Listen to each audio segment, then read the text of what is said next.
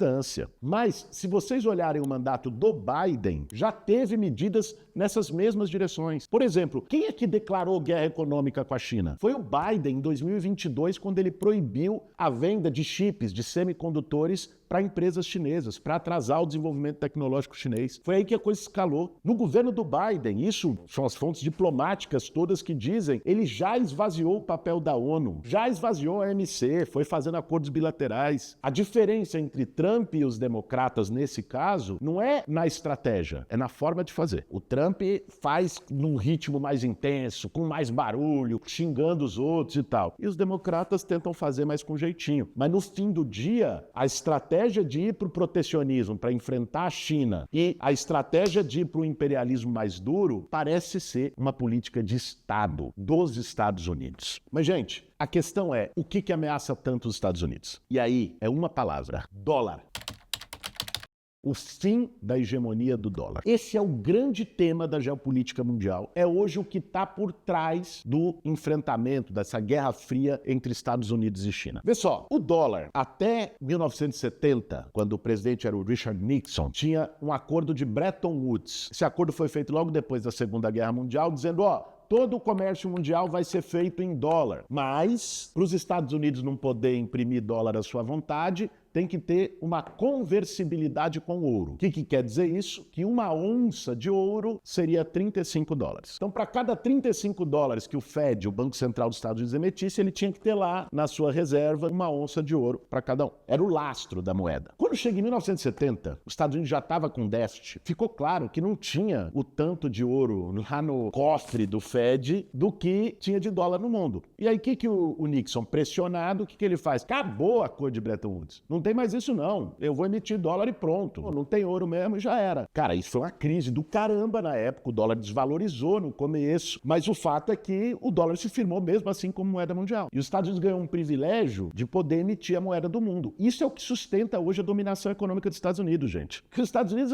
ele não precisa gerar riqueza, ele tem ali o dinheiro, tanto é que o mundo gera riqueza para eles. Eles só consomem. Essa hegemonia do dólar é essencial para os Estados Unidos se manter como potência do mundo. O que aconteceu? Crise de 2008, instabilidade financeira. A China passou a diversificar o investimento dos seus excedentes de capital. Depois, a China fez uma outra coisa. Pegou grana e investiu pesado, mais que qualquer outro país, em ciência e tecnologia, em pesquisa e inovação, especialmente na inteligência artificial. Em 2020, a China anuncia investimento pesado em moeda digital, uma criptomoeda com tecnologia de blockchain. Na sequência, guerra Rússia-Ucrânia, o que os Estados Unidos faz? Congela as reservas internacionais da Rússia. Como é que funciona isso? Pra você entender. O Brasil, por exemplo, tem 200 e tantos bilhões de dólares em reserva internacional. Tá lá. Se os Estados Unidos falar tá congelado, o Brasil perdeu esse dinheiro. Qualquer coisa que você queira comprar, você vai pagar em dólar, por um sistema chamado sistema SWIFT, que é controlado pelos Estados Unidos. Então, quando os Estados Unidos quer sancionar um país, ele tem a faca e o queijo na mão. Eles já fizeram isso com o Irã e depois do ataque à Ucrânia fizeram com a Rússia. Então eles chegaram e disseram para a Rússia, vocês não podem mais usar o sistema SWIFT e sua reserva internacional está congelada. Pá! Foi para cima. Só que isso teve um efeito colateral. A Rússia não ia comercializar mais nada com ninguém? Não. A Rússia começou a comercializar com a China com moeda digital, com a criptomoeda chinesa que já estava sendo desenvolvida. E isso abriu uma rachadura no domínio do dólar e começou a aparecer para as pessoas que é possível ter um comércio de outro jeito. E a China desenvolveu uma plataforma de moeda digital muito mais rápida, eficiente e mais barata que o sistema SWIFT.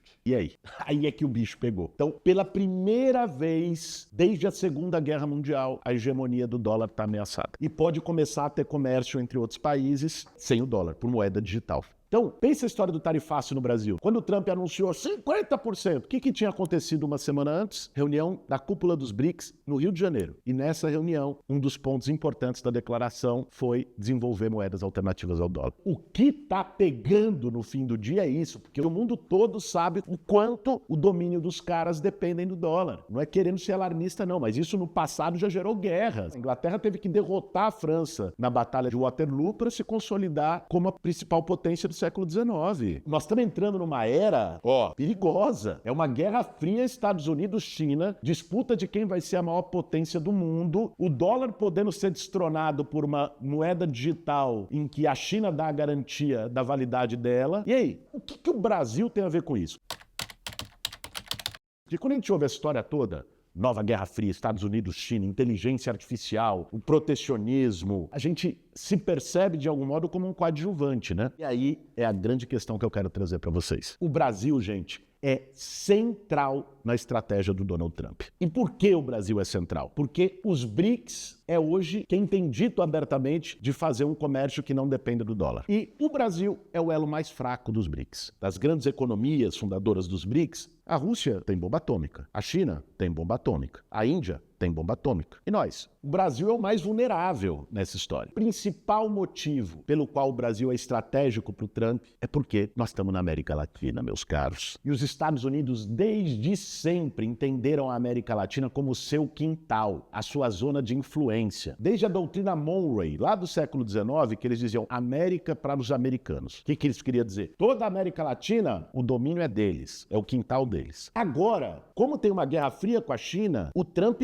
faz uma espécie de uma nova doutrina Monroe. Isso é expressão desse imperialismo de dominação e da importância que a América Latina tem para eles. Por quê? Porque hoje a China é a principal parceira comercial da América Latina. Eles estão numa disputa direta para ver quem vai dominar a economia mundial. Ele não pode deixar que a área que eles entendem como quintal deles tenha uma influência chinesa tão grande. Ah, o tarifácio de 50% é por causa do Bolsonaro. O Bolsonaro é o traidor da pátria útil para o Trump impor os interesses dos Estados Unidos. O que ele quer? Se afastar da China e estreitar a relação para a América voltar a ser só deles. Da mesma forma que eles fizeram na Guerra Fria com a Rússia lá atrás, impulsionando um monte de golpe militar. O golpe de 64, qual era o argumento? Leiam os papéis da CIA. Era que o Jango ia aproximar o Brasil da União Soviética. O golpe contra o Allende no Chile, qual era o argumento? O bloco socialista e a União Soviética intervir na América Latina e eles não podiam permitir. Golpes na Bolívia, golpes na Argentina, na América Central inteira. Esse é o jogo. Hoje, não necessariamente você precisa dar golpe militar. Você tem outros instrumentos para isso. Veja,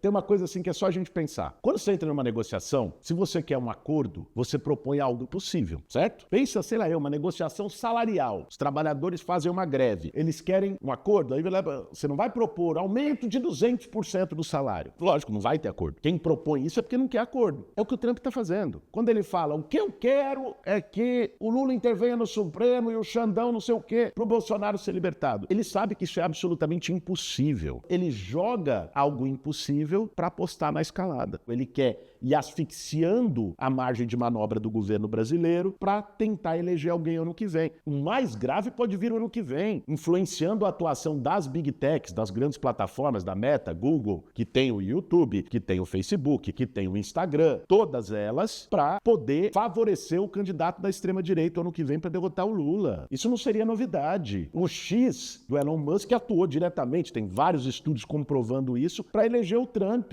em 2024. É por aí que a coisa vai vir. O que está acontecendo é uma articulação da maior potência imperialista do mundo que quer fazer com que o Brasil se ajoelhe, e aqui vale destacar a firmeza do Lula, virou capa até do New York Times, o único governante que enfrentou o Trump. O Lula foi firme, o governo reagiu bem, fez um pacote, apoiou os setores afetados. A escolha que nós temos que fazer agora é uma escolha de futuro, do que a gente quer como nação. Se a gente quer ser puxadinho dos Estados Unidos, República das Bananas, ou se a gente quer um país soberano. É uma questão de orgulho nacional, de patriotismo de verdade. É isso que está em questão agora. Então, gente, toda essa história traz para nós, brasileiros, dois desafios. O primeiro, cara, nós estamos muito atrasados na construção de um projeto soberano. Para poder enfrentar um período histórico de instabilidades, o Brasil precisa se preparar para isso. Ter um projeto de desenvolvimento soberano. Por exemplo, na ciência e tecnologia. Nós somos extremamente dependentes da tecnologia, seja norte-americana, chinesa. Não há investimento real em ciência e tecnologia. Esse é um foco que tem que ser nosso nesse momento. A gente desenvolver tecnologia própria. Nós temos todas as condições de fazer isso. O Brasil tem grandes universidades. O Brasil hoje exporta cérebros, porque não tem um projeto soberano para que as pessoas possam trabalhar aqui. Isso passa por a gente ter um projeto de substituir as importações desse país. Vamos pensar, se inaugura uma era de protecionismo, redução do comércio entre os países. Isso exige uma autossuficiência. Hoje a gente depende para componentes básicos de produtos que vêm de outros países. Nós temos que mapear quais são esses componentes estratégicos para que a gente tenha condições de aqui ter um projeto de produção própria e autônoma desses bens no Brasil. Isso significa soberania digital. Soberania digital vai desde o investimento em ciência e tecnologia até regulação própria para impor limites. Hoje as big techs aqui fazem o que querem e a gente fica à mercê, refém, lutando com as ferramentas que tem na mão. Então, existe esse desafio histórico, ainda mais no momento em que a principal potência do mundo adota uma estratégia agressiva, de tentar nos sufocar. Esse é um tema. E aí é o segundo desafio, uma tática na política brasileira, para todos os setores progressistas, todos os setores nacionalistas, populares, de entender o tamanho do ataque que a gente está sendo alvo. Olha o contexto em volta. Isso deve escalar. Isso exige responsabilidade histórica de todas as forças que não se rendem, não querem se ajoelhar, seja para os Estados Unidos, seja para a China, que sabem a vocação e a potência que o Brasil tem. Isso exige da gente ter a responsabilidade com a unidade, essa frieza, em defesa da soberania nacional. E, lamentavelmente, se a gente olhar a história brasileira, as classes dominantes do Brasil, historicamente, nunca tiveram essa vocação soberana. Muitas vezes se aliaram aos interesses internacionais, do capitalismo estrangeiro, em vez de apostar na construção de um projeto nacional. Muitas vezes podem atuar, como hoje a extrema-direita atua de forma aberta, como lesa pátria, fazendo